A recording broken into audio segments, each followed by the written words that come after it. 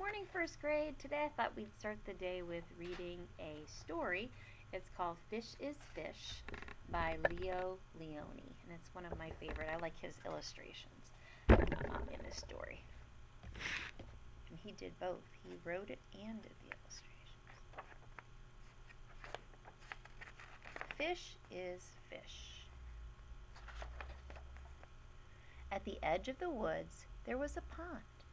And there was a minnow and a tadpole that swam among the weeds. They were inseparable friends.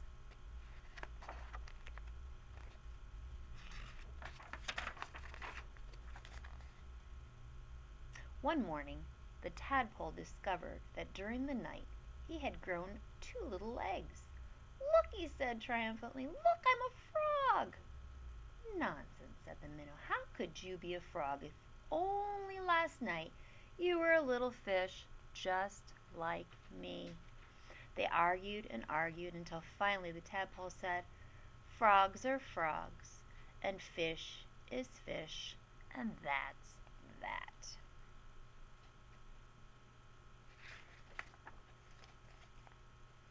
In the weeks that followed, the tadpole grew tiny front legs, and his tail got smaller and smaller.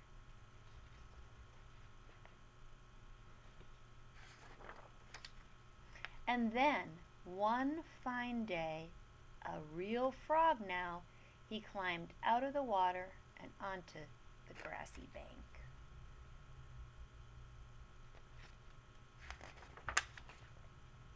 The minnow, too, had grown, had become a full-fledged fish. He often wondered where his four-footed friend had gone, but days and weeks went by and the frog did not return.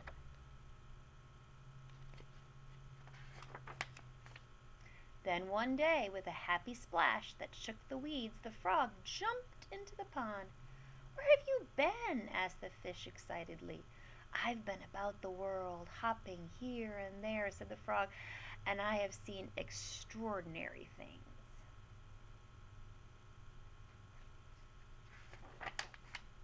"Like what?" asked the fish. "Birds," said the frog mysteriously. "Birds." And he told the fish about the birds, who had wings and 2 legs and many colors. As the frog talked, his friend saw the birds fly through his mind like large feathered fish. "What else? What else?" said the fish impatiently. "Cows," said the frog. "Cows. They have 4 legs, horns, they eat grass, and they carry pink bags of milk." "And people," said the frog. "Men, women, children." And he talked and talked until it was dark in the pond. But the picture in the fish's mind was full of lights and colors and marvelous things that so he couldn't sleep. Ah, if he could only jump about like his friend and see that wonderful world.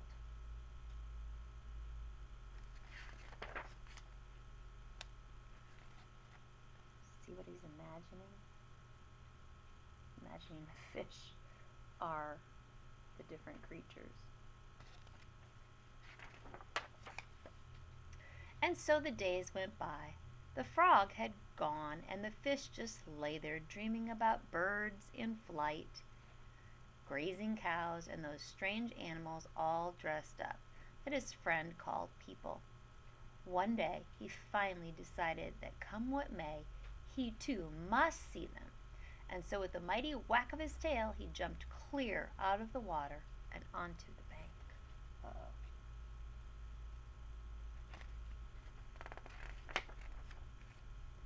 He landed in the dry, warm grass, and there he lay gasping for air, unable to breathe or to move. "Help! Help!" he groaned.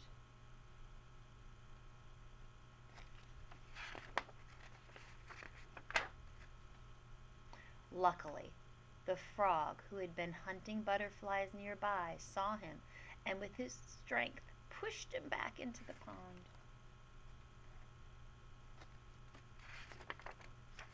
Still stunned, the fish floated about for an instant. Then he breathed deeply, letting the clean water run through his gills. Now he felt weightless again, and with an ever so slight motion of his tail, he could move to and fro, up and down, as before.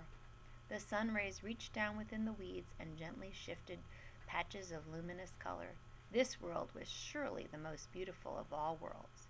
He smiled at his friend the frog, who sat watching him from a lily leaf. "You are right," he said. "Fish is fish." The end. I hope you like that story. It's one of my favorites, and it kind of talks about all the different animals that we've been talking about. It talks about the cows, which are mammals. It talks about people, which are mammals. It talks about frogs, which are amphibians, and talks about fish, which are fish. So fish is fish. The end.